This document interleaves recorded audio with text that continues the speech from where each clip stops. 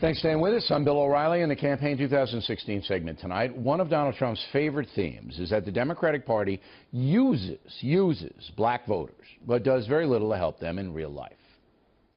I've heard them where Hillary's constantly talking about the inner cities of our country, which are a disaster, education-wise, job-wise, safety-wise, in every way possible.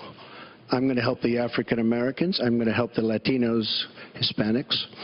I am going to help the inner cities. She's done a terrible job for the African Americans. She wants their vote, and she does nothing, and then she comes back 4 years later.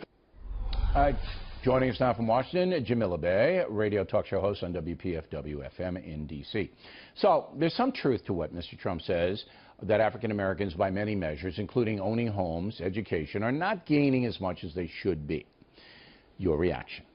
Oh, absolutely. A broken clock is right twice a day. And on this particular point, I think that Donald Trump is on to something. He takes it to a place that I completely disagree with.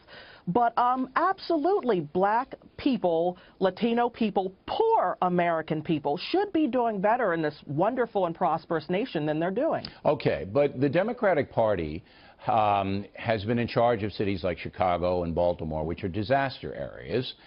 President Obama has been in office almost 8 years, and things have gotten worse. And the big thing that caught my eye, Jamila, is the home ownership rate, because that's a stable rock. Once you're invested in society, of your own home, you're working, raising children, all of that. 41.7%, all right, in the African-American community, far and away, 71% for whites. And that's gone down under President Obama. Yes, it has. So yes, it has. It says to me that all of the liberal, we're concerned and our policies are targeted, it isn't working for some reason. It's not working because when you had the banks get deregulated and you had these predatory lenders going into black communities, a lot of communities too. There are white folks I'm talking about too, but Trump conflates black with inner city, which is a problem. But for the purpose of this conversation, we're going to talk about African Americans who are in inner cities. You named Chicago, you named Baltimore.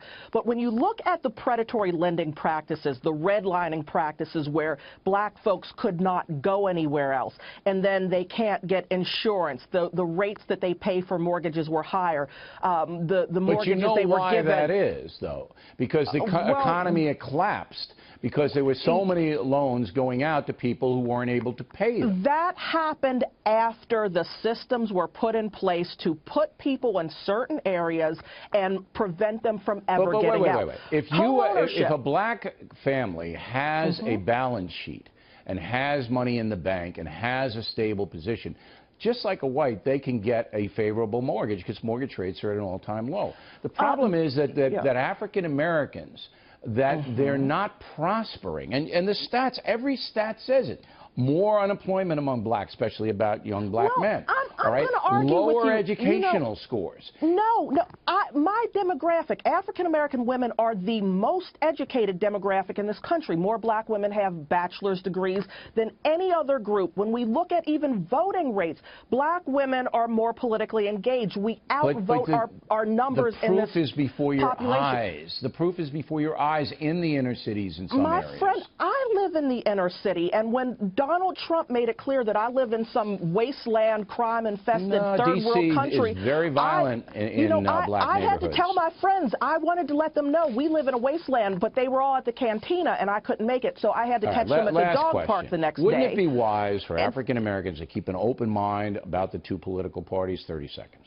My friend, you're right. Black people need to vote, as all Americans do, for the candidate who best serves their interests. Right. Not the one who wants to stop and frisk the guys before or the looking machine politics. Machine politics. I want African Americans to prosper, but I want them to listen to who is running. Listen to who is best. Make up your own decision. I'm glad I'm your friend.